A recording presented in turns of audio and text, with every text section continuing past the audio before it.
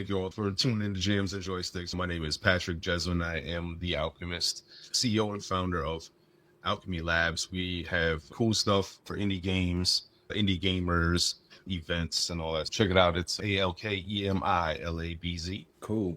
Let's trip back down memory lane. How did you get started before you became the alchemist? How did you get your start before gaming, your environment before then lead into that? I'll be transparent. I have 3 albums. I used to rap and I traveled around and in Chicago area with the crew, and we were on VEC and Comic View. I stopped because I've been married for 25 years. But you do the math, it was right around that time. It's not conducive to a healthy lifestyle, period, if you're involved with the knuckleheads I was involved with. It was still very underground. It somewhat paid the bills, and we had a little following. But I was like, I got to stop doing that. So one of my guys, Misdemeanor, he was like, film one of my videos for me. I was like, I'll do it, but I don't got a camera. He's like, I'll buy the camera. So I ended up with a camera, and I downloaded After Effects. Well, I bootlegged After Effects. I'm not gonna lie. And I watched this guy named Andrew Kramer from Video Copilot. I watched this cat every day and learned how to do stuff. In Misdemeanor's video, it was a throwback to Full House. Okay. Yeah. You know, in the red car. Well, he's in the car rapping as it's driving over the bridge, because we were just getting into visual effects and learning how to track and do all this kind of stuff. We made 3 videos for him. He ended up slowing down. There's a guy in Florida called Triple J. I don't know if you ever heard of him. Mr. and Trip were real good friends. They started chilling out. They got older, looking to invest to do whatever. So I was like, I want to film a movie, and I need you to be the bad guy. He's like, all right. That was 20 years ago. We don't have one of the posters up here. It's back behind me. But in 217, it's 2 older white guys. Originally, it was a younger black dude. He was the only one that would show up. So I'm like, all right, man, I appreciate you. The funny thing was, Trevon is his real name. Mr. B, that's his real name. He would show up. We had a plan, and he would show up. I'll show you the trailer. You'll see him. He rolls over like a nylon mask. You'll barely see him. He's in the dark. I like playing with dark and stuff. And the girl is actually my wife. She had to show up. Between the both of them, praise God for both of them, they entertained my plan on making a movie and doing all this stuff. Flash forward 20 years. I looked at my sons, and I'm seeing they're the right age. And I tried teaching them motion graphics and stuff, and they're like, yeah, they're into it, but not really. I said, you guys want to learn video games, make our own games? So I started teaching them Unreal, because I would use Unreal for the motion graphics stuff that I showed you before.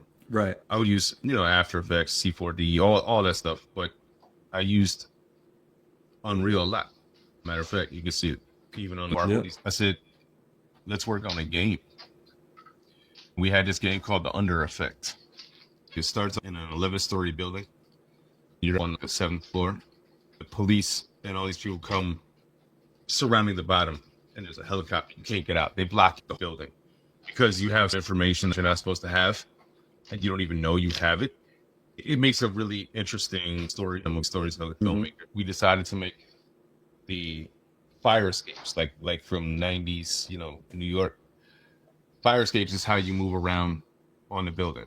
Okay. Yep. So you'll go out your window, go down the fire escape, or another window, cut through the house, go through another door, and make your way around. So inevitably you got to make like this bomb. You drop it down and it blows up the whole police. And from that point, you go underground like Demolition Man. The whole game is underground, and you have to go like in the sewers and stuff. There's like a whole city and stuff down there, and they got to go above ground to do missions, get medicine, and come back. Of course, there's battles. As soon as you pop your head up, they're trying to whack-a-mole you. Gotcha. It was pretty ambitious. And I started to think, well, 217, one of the things that made it so cool was there was only 2 people. It's not a whole movie. I mean, it's a whole movie, but it's this intimate kidnapping scene with these 2 people. It made it easy to film, so nobody would show up. I had one bad guy, and I knew I could count on my wife, so I got one good girl. so that's about it. How many locations do we need? Let's keep it simple. He kidnaps her from the house, brings her into the car, and for 30 minutes in the car, the movie goes on, just in the backseat. A lot of people were like, yeah, I don't know about that. To which I say, have you ever seen the movie Phone Booth? I was gonna say, I'm pretty sure I've heard of a movie like this. This was strictly by limitations. The limits holding us up work within the limitations. That exact reason why we were able to make the movie made the game attainable. I can control metahumans. I can control my actors. Right. I don't have to provide pizza or anything. I can't pay anybody, so sorry, y'all got to work for free. Right. Metahumans don't complain. They just work. This is good. Instead of one bad guy, let's make it two. That would make it a little crazier, a little more difficult. We didn't want to have a horde of zombies, so we got just, I'm not drinking. It's just water. You drink whatever you want in your spot. Some people think it's something blue. It's not that. So it kept it very manageable. Assets weren't that big. What's terrifying is the situation. The two bad guys are scary. One's 6'7", 400 pounds. I mean, dude could just manhandle us around. Mm-hmm. And that's why, I'm not scared of zombies and ghosts. But this 400-pound, 6'7" dude, I don't like that. And this is how he makes his living. We developed the characters a little bit, but made the actual place terrifying. So instead of making you force you into the car, although that is in the game, and you will see where that's recycled into the game. But instead of making the car the scary part or the guys the scary part, we made the forest and location the scary part, what they do. Because we don't even know if there's more of them. We know there's two of them. We see two of them, but we don't know if there's more of them. And it's like, they got a cult thing out here. Like, what do they do? So now you're scared of the woods. You're scared of, every damn thing is scary. Every sound is creepy. Speaking of sound, I got our chief audio engineer in Taiwan. He brought with this company, Atmoki. And Atmoki does spatialization, binaural spatialization. It's different than surround sound. Binaural means left and right. Surround sound 5.1 is 2 in the front, 2 in the back, a bar in the center, and a subwoofer. 7.1 will have the 2 satellites here. Spatialization means if you close your eyes in the woods, you can hear the rain hitting the top of the trees. You can hear it splashing against the ground. It's really wild. So dynamic. New technology. Not a lot of games are using it. We wanted to push the limits. I'm a big limit pusher. Limits make me laugh. So we got with this company Dash. We'll do another episode behind the scenes making the game. I'll show you how we made the game. Dash allows us to take high poly cinematic trees. We take all 7 of those, stick them below the map, and tell Dash to scatter these things all over the map. And just like that, it goes and populates trees all over the map. Different sizes, different thicknesses, different all over the map. You can make them super dense, you can make them not so dense. But the cool thing is the computer only draws on the 7 under the map, not the whole forest.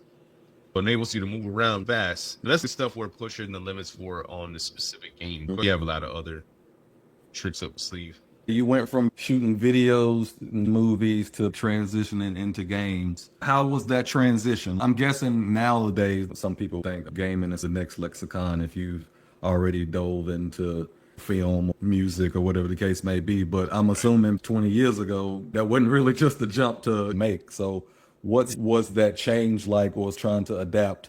Was it the same since a lot of the mediums mesh, or was it more difficult since it is a different medium, even if a lot of them do share similarities? Well, the transition only happened 2 years ago. 20 years ago, when I was making the film, I really wanted to be in the industry and studied lighting under cinematographer Shane Hurl, amazing guy. That's where I learned lighting and cinematic stuff. I worked for several companies doing motion graphics and filming. A company in Wisconsin called Royal Prestige. I was their chief video guy for a while. I used to be a chef. I actually went to school for being a chef. And one Christmas, I was at PGA National, like the Professional Golf Association, where Tiger was. And we have 2 restaurants. There's a big kitchen in the middle, 2 restaurants on each side. We have this big rotisserie behind me, but it don't got meat in it. It's got gingerbread.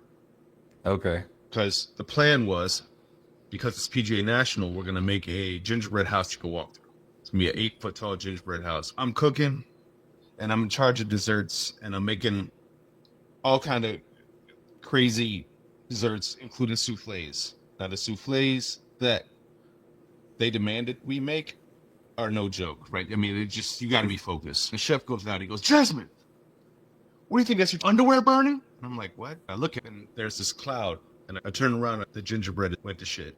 And I'm like, oh no. So I learned, if you love to do something, don't do it as a job. Yeah. Don't do what you love for a job. There's a big difference there. As I started to go through, that midlife, I got to figure stuff out. It just kept coming back to, I want to leave a legacy for my kids. I had a sore throat for like 2 weeks. And then I going to the hospital, and it was a yeast infection babies get. They gave me a steroid shot in my leg. I almost died the next day. My blood went up to 980, my blood sugar. I was in a coma for a week and blind for a month and a half. I came this close to dying. Come to find out, I have type 1 diabetes. I got it later in life. Got it when I was 44. That's kind of weird. 43. That's usually know when you're like 7. You're just earlier in general. A lot of change. And I kept thinking about my kids. I want to do something with them. I say kids, they're 18 and 20, young men. But I want to leave a legacy. Motion graphics isn't the funnest. The clients can be unreasonable. It just becomes a headache. I taught them how to make their own games. In fact, one of their first games was their version of the Backrooms, where they could go around and make this map. And it wasn't real hard, but there's like this creepy thing that's following them around. So they started getting real used to it. And then I thought, let's try to make 2 and 7 with all these tools. We got far, and then we filmed the trailer. And then I find out that there's this thing called Midwest Games. Midwest Games? What the hell is in the Midwest? Right. So I reach out to this cool guy named Ben Cavallo. Texted him real quick on LinkedIn, and I was like, hey, Ben, or Mr. Cavallo, or whatever. If you have a second to talk, I would love to chat. This dude hits me right back. This is not what I was expecting. He said, sure, let's set up a time to talk. Are you serious? Let me look him up real quick. Yeah, this guy's talking to me? I mean, you look him up, and you kind of have to do a double take a little bit. Right, all right. A week later, we get on the phone. He's amazing. His energy is just crazy. He starts going off. Did you know Call of Duty is made here in Wisconsin? I was like, no, I didn't know that. You know Apex Legends? No, I didn't know that either. Did you know that skee-ball was invented here? Dungeons and Dragons. And I'm thinking, man, I love this dude. So where are you located? He's in Green Bay. That's an hour away from me. He invites me to this WGA, the Wisconsin Games Alliance social. I call him my partner, Jason, which is he's a whole other story to get into. And I said, listen, we're gonna go to this social thing, show off the game, the trailer. It's with this guy Ben Cavallo at Titletown Tech. This looks really cool. He's like, all right. I said, I think we should get some shirts so our team stands out. He comes back with 8 of these things. I'm like, what are you doing? He's like, they're only $160. He bought 8 of them. So they gave us the wrong ones. They embroidered 4 of them. We got 2 extra ones too. So I'm like, you do what you do. Right, so we ended up giving one to Ben when we showed up. He's just something else, man. This guy is inspirational, motivational. In my opinion, he's not a by the book guy. He's constantly looking at how can we better this for the community. He's not a selfish guy at all. He brought me into Wisconsin Games Alliance. I got affiliated with a bunch of cool people. And then they say there's this thing called MDev. And he's like, you should come to the MDev thing. So I tell Jason, we got to go to MDev and we'll have everything to show. The first year we went was last year, 2024. I told him I'd love to do the graphics for you guys for free. He was like, yeah, I would like that. Put us in with the AAA studios. Last year, AAA studios were in the big room where the stage was. The stage was still there, but we were in, which was really cool for my team. I don't think Ben knew how impactful that was. My 18-year-old and 20-year-old are going, man, we're actually in with the big guys. We can do this. It opened up their mind, which was cool. Then we flash forward to this year. We're like, we're going to do something different, really push the envelope. And that's what you were part of, which I'm so grateful that you guys came.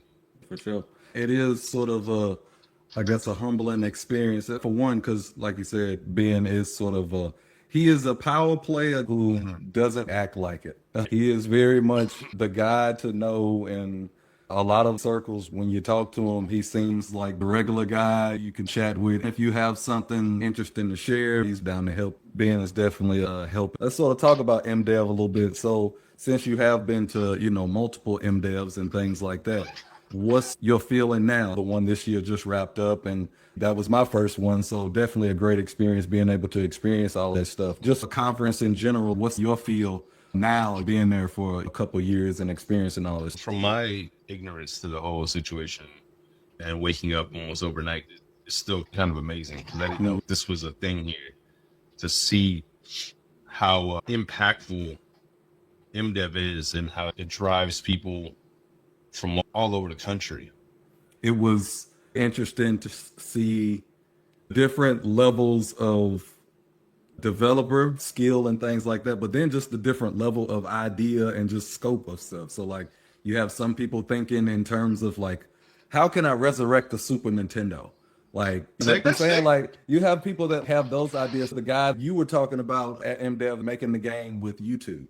Or just different ideas like that you don't even, I mean, I had never heard about that before, in my life. Right. It's like those ideas meshing together in the Midwest, which is very interesting. As far as 217 is concerned, what do you see moving forward now that you have a better idea of what you want to do? You have your trailer and game idea. What's the next step in the near future as you wrap up to finish the game and get it for release? What's your thoughts around the whole thing? So I get like, when people's, it's 217, not 217. No offense. It's just the game's 217. The reason is because 187 is undercover cop. It means murder, right? The Snoop back in the day, 187 on the undercover cop. So 217 actually is the penal code, the same penal code for assault with the intention of murder. If I don't keep my mouth shut, not everybody will know that. Yeah, it's actually there's a lot to the game. To answer your question on what you saw at MDev and what you'll see next week are almost night and day. The proof of concept at MDev was to show the dynamic contrast between what the majority is doing and how we stand out. So if you remember in my speech, a lot of people took away the whole scene. Yeah. And I'm not saying if you make a mobile game or whatever, do what's working for you. But if you're trying to take it to the next level, like Chris Cantera with High Fructose. Very nice game. The animations, boy's got it. It's sick. Every time I see him, he makes me smile. He's just a great guy. You have to take it serious. You got to get one of these stand-up things. You got to show wherever you can. There's a guy named Joshua Anthony has a game called Dice Tower. I played that game. One of the more memorable games I played of the whole conference. He ain't no joke with that. Definitely has Ebert. Step is to embrace your stripes. You can go one or two ways. You can be like, why am I the only one with stripes? I don't want stripes. Or I'm the only one with stripes around here. That embracing is what's going to take whatever you do to the next step. With 217, what I'm going to show you next week, you'll see how different it is. Now we're pushing the game before, which is show contrast, film, have that big booth and the after party, how we can leave an impact. It was all strategically done. So now taking all that data and metrics, we're going into the first quarter, we're on the hunt. And we're adept at using our spears.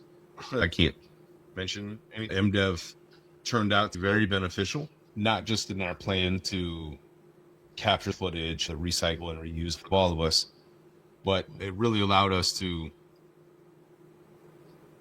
get some eyes I had no intention of getting. Quick example, I had a guy come up to me and he says, "Do you know what Roku is?" And I'm like, "Yeah, I know what Roku is." He says, "You ever seen that channel, Oh, the Horror or whatever?" And I'm like, "Yeah, the scary channel." He's like, "We want to put you on that." I was like, "It's a game." He's like, "Yeah, but you're making a game. It's a movie." He's trying to pitch me. And I'm like, "That's fantastic." Then I found out about a cool show called the Midwest Gaming Classic, MGC. Okay. It's going to be this year, or 2026. Oh, it looks way bigger. Different type of thing. Gaming, not how casinos look like the simulator. Come play big like screen, arcade machines and all that stuff. like, so instead of it being indie dev related, it's for the love of games. pinball machines, all Yeah. that. So it looks like it's gonna be pretty crazy. That's pretty cool. We might have to look into that because, I didn't even know about that. to your point, Yeah. MDev was beneficial for us too, just from the people we got to meet to being in the building, especially all of the games we got to see. Smaller conferences like that, you are on the ground floor of what the next games are about to be, Right. because ain't nobody really probably heard of most of these game developers, especially with smaller indie developers. But I mean, piggyback that on top of the big developers swapping talent and skills. Wisconsin surprised me. It's a sleeping giant as far as, I guess gaming or just tech in general. You don't really think of the Midwest as a tech hub. When it comes to games, it's a sleeping giant. Ben Cavallo's up there holding it like Ratatouille. It's quite awesome to watch. None of us would know about it, and I wouldn't spread the gospel. His fervor was amazing. And to see him get in the trenches, too. Like, he's not making his own game, but he came from Netflix, Blizzard, 2K, and he's like, I'm going to do my own thing. He had people believe in him, and then he showed up and showed out.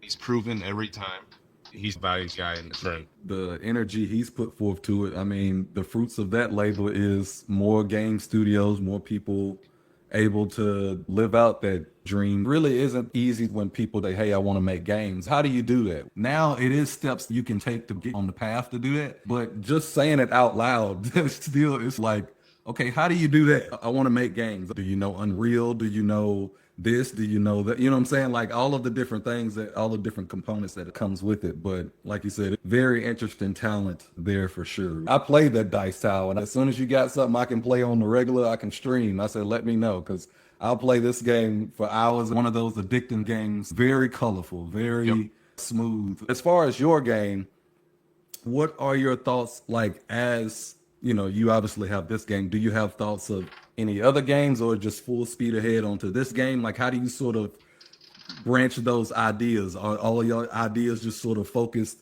on this, or do you have other ideas? How do you manage your workflow?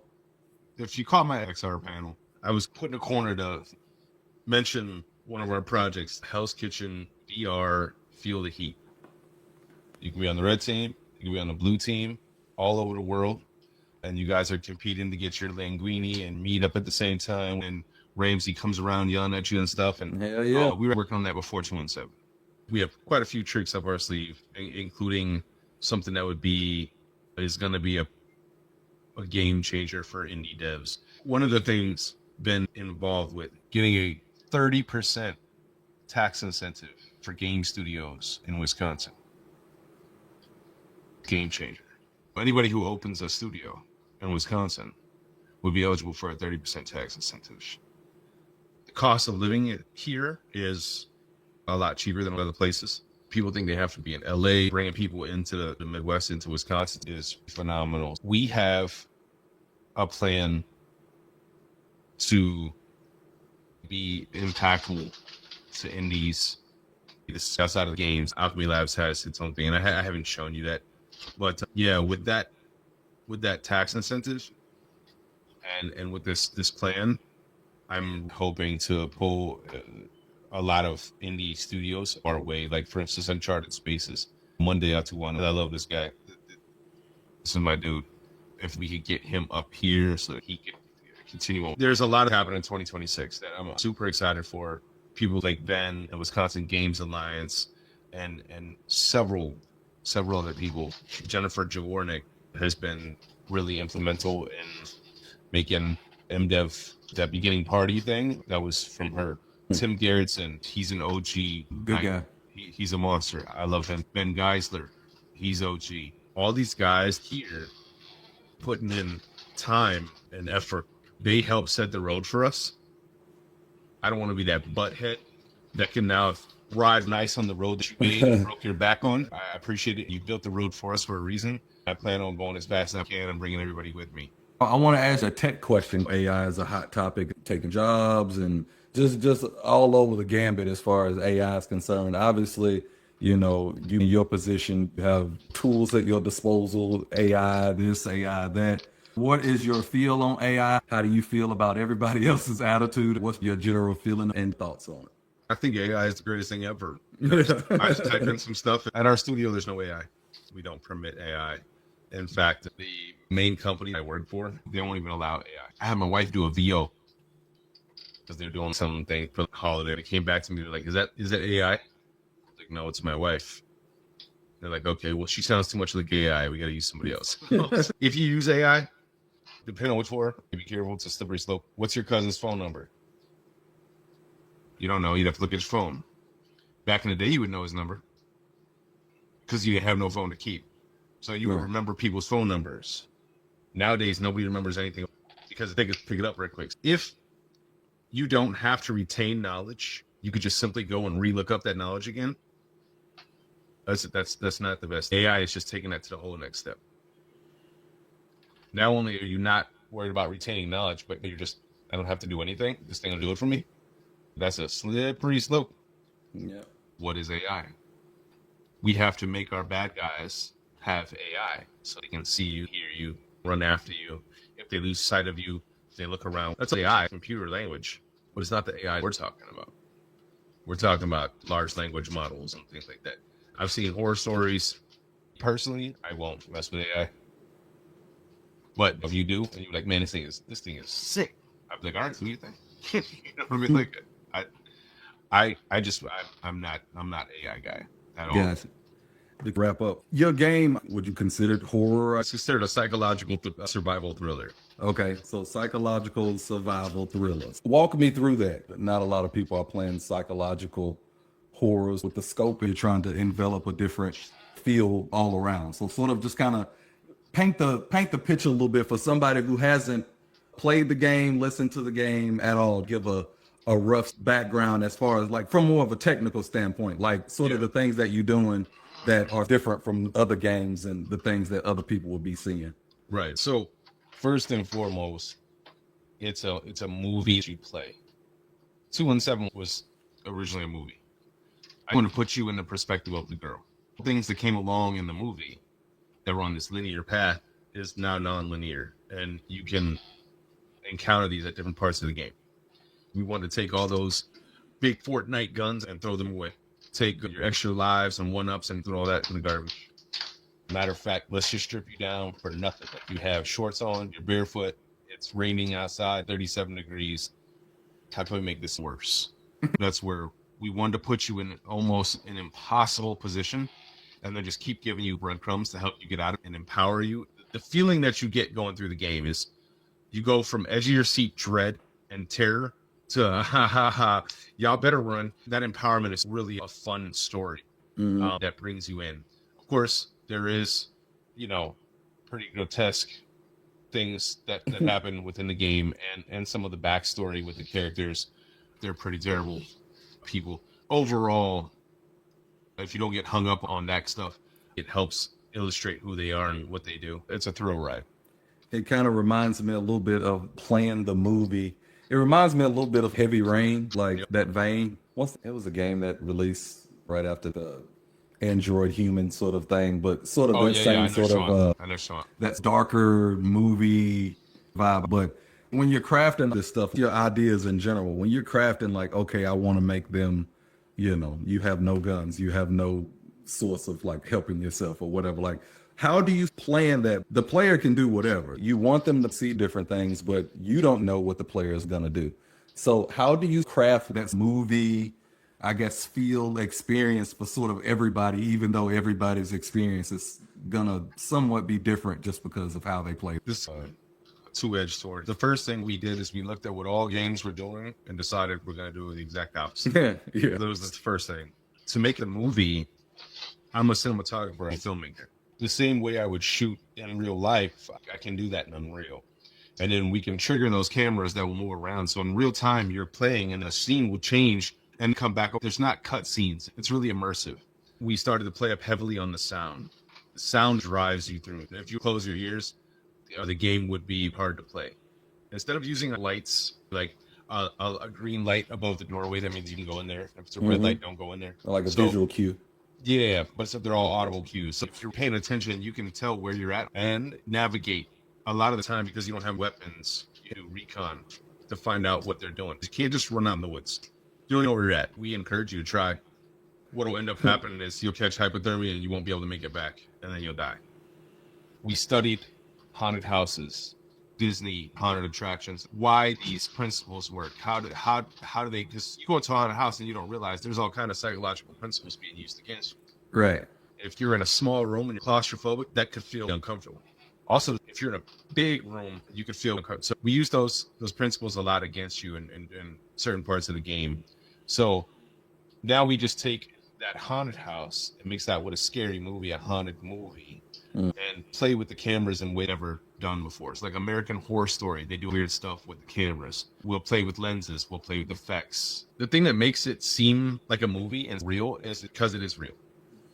You could hurt your feet on sticks. You have to find a dead body. And yeah, I was just getting ready to say, like, it makes you think of it in a way of like, because some games, like, you don't necessarily have to think of it that deeply. You're right. thinking you might be barefoot, but I mean, who cares? Right. But like in this game, you being barefoot actually doesn't matter. Like, you might want to find some shoes. Like, right. Well, you're gonna need to inevitably because you just keep cutting yourself until like you can't walk. Right. That level of detail is different. The tech is still a ways away, but thoughts of putting this in AR and putting this in some sort of virtual, I mean, because obviously, yeah, you could play this and stuff like that, but I mean, somebody actually having to step foot in the simulator would probably be pretty cool. I'm not sure that even exists right now, but the way you cooking it up, you could probably put a booth together, throw somebody in there, make it cold so they can feel the environment. You can spray some water on them. The Midwest Gaming Classic I showed you, right? I'm talking to one of the guys. He says, we should do it with your game.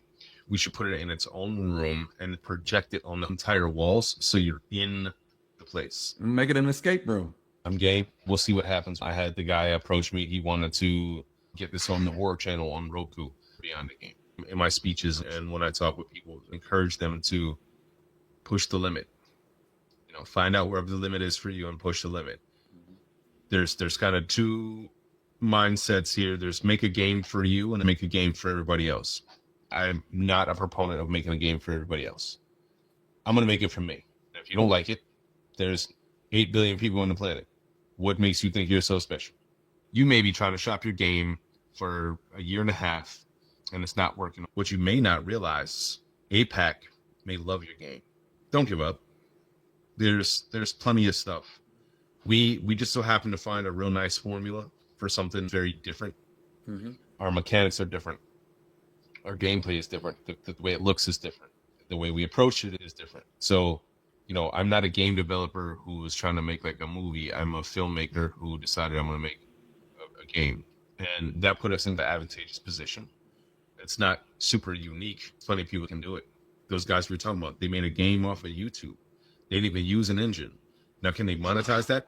Probably not. But the fact that their brain thinks that way is pretty fantastic. I was going to leave you with the last thought because I know you did leave people with a lasting thought, like the zebra. Pretty sure people remember that fondly. But if there was anything you wanted to leave for the viewers, any last words of encouragement? Well, I would just say, no matter what you do, commit to it. It may be joysticks, it may be jams, but just commit to it and know that it's fine to be different. Matter of fact, it actually puts you in a much better position if you're different than everybody else. Embrace your stripes. God made you a zebra on purpose. Be that zebra and embrace it. And like I said, it don't matter what you do. If you could be a cook, be the best cook you could possibly be. You're going to do landscaping, make people's house look crazy good. Whatever you do, just commit to it and do it.